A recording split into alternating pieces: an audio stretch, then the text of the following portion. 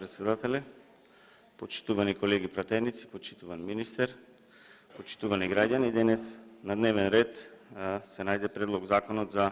исплата на паричен надоместок на жртви од кривични дела со насилство. Основ за донесување на овој закон за исплата на паричен надоместок на жртви од кривични дела со насилство произлегува од член 53 став 3, точка 2 од Законот за кривична постапка, каде што е пропишано дека во согласност со посебните прописи жртвата на кривичното дело за кое е пропишана казна затвор од најмалку 4 години, меѓу другото, има право на надоместок на материјална и нематеријална штета од државен фонд под услови и на начин пропишан со посебен закон, доколку надоместокот на штета не може да се обезбеди од осудениот.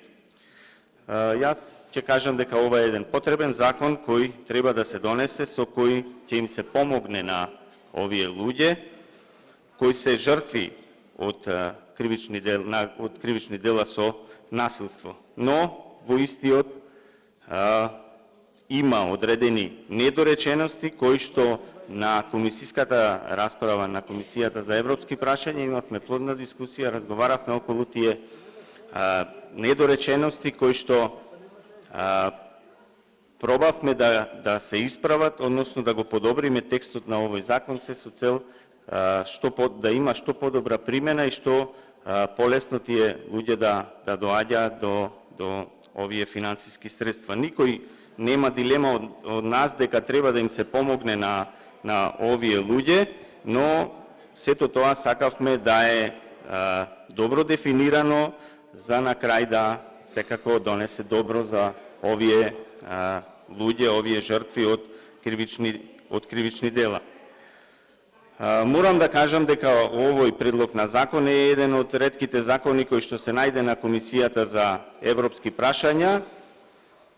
и кој што се усогласува со европските директиви и регулативи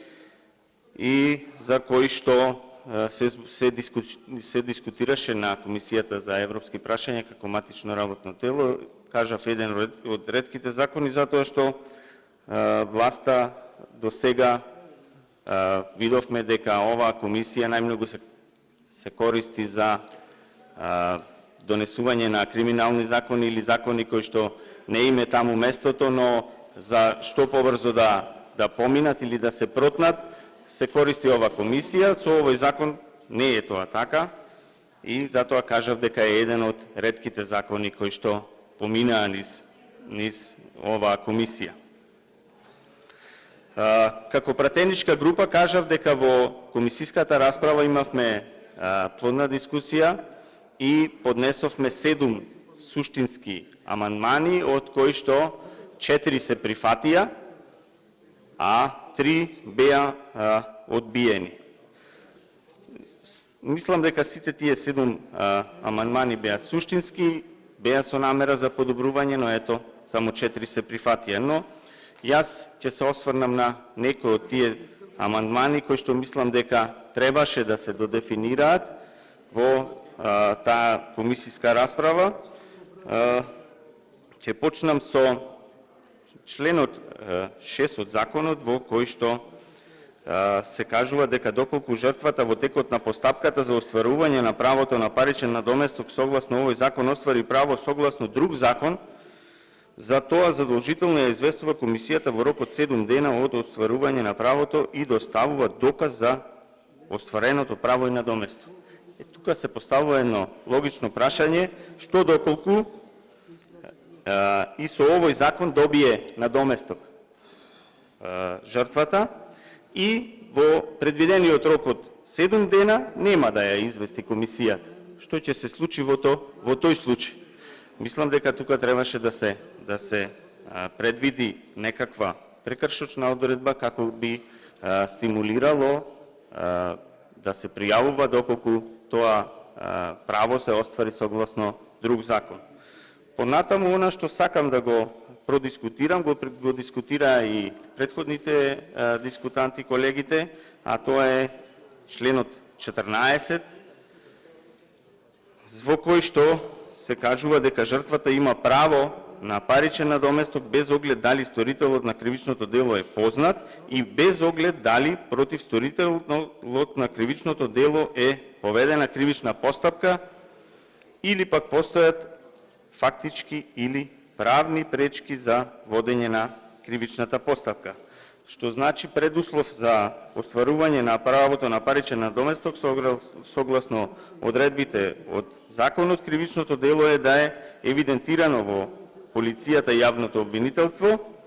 Тоа значи дека со самиот факт на пријавување во Министерството за внатрешни работи и во јавното обвинителство се добива доказ или се стекнува право за исплата на овие парични средства. Колегите дискутираа, мислам дека доволно околу овој член и пластично и со пример објаснија што ќе се случи доколку двајцата пријават насилство, како ќе се утврди кој е вистинскиот што треба да е обештетен и затоа мислам дека тука требаше да се предвиди сето тоа да е по добивање на правосилна пресуда како би се утврдило точно кој е оштетената страна во целата постапка. Понатака во комисиската расправа во која што учествував поднесов амандман кој што се однесуваше на членот 22 во кој се однесува за одредување на висината на паричниот надоместок и со тој амандман барав алинејата 1 која што гласи однесувањето на непосредната жртва пред, за време и по извршувањето на кривичното дело и алинејата 3 материјална и финансиска состојба на жртвата да се бришат бидејќи мислам дека ова е едноставно немерливо како ќе се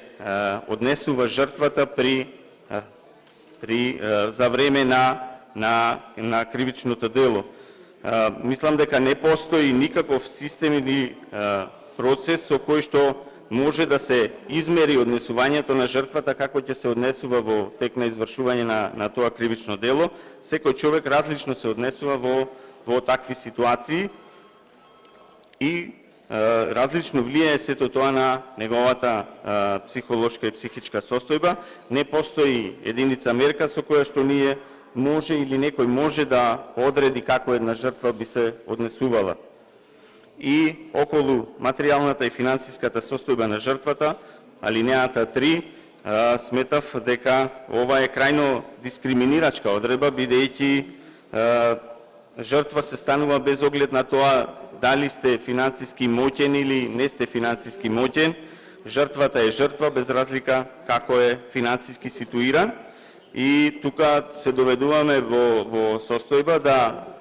доколку некоја жртва е финансиски моќна да не може да докаже или средствата што треба да и се исплатат да зависат од тоа дали е финансиски моќна или не. Сметам